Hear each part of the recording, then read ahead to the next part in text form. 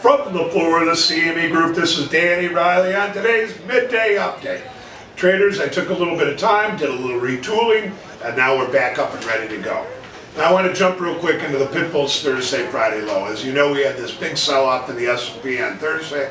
We had the jobs number Friday where the S&P took off, thus the Thursday, Friday low. But then what we're going to work into now is the expiration stats for the May options expiration. Go back a little bit. Friday's stats were up 18, down 13 the last 31. Today's stats are up 22, down 9 of the last 31. Very bullish. Tomorrow, Tuesday's up 13, down 18 the last 31. Wednesday's up 16, down 15 the last 31.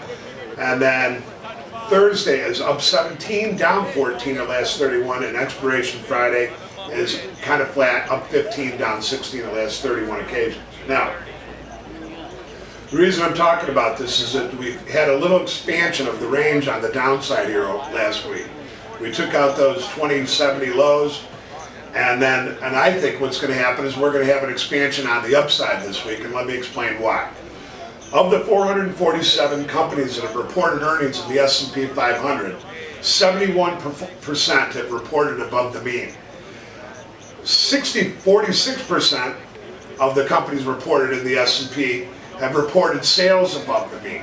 Now, when you take this big sell-off that we had last week and then this big one-day rally, and you're going into a seasonally favorable expiration, I think all that's happened is that the S&P has built up more stops on the upside. Really is a type of water in the bathtub trade that we're seeing. But that said, going into the expiration week, I think we're going to expand this range on the upside.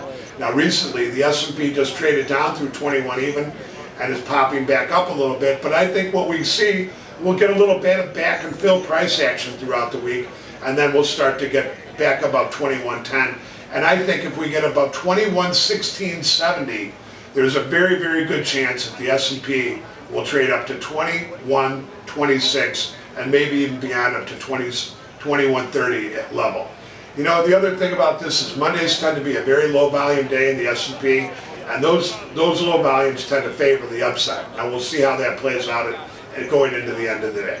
Like I said, we're retooling for our videos. We'll be back tomorrow on the opening print.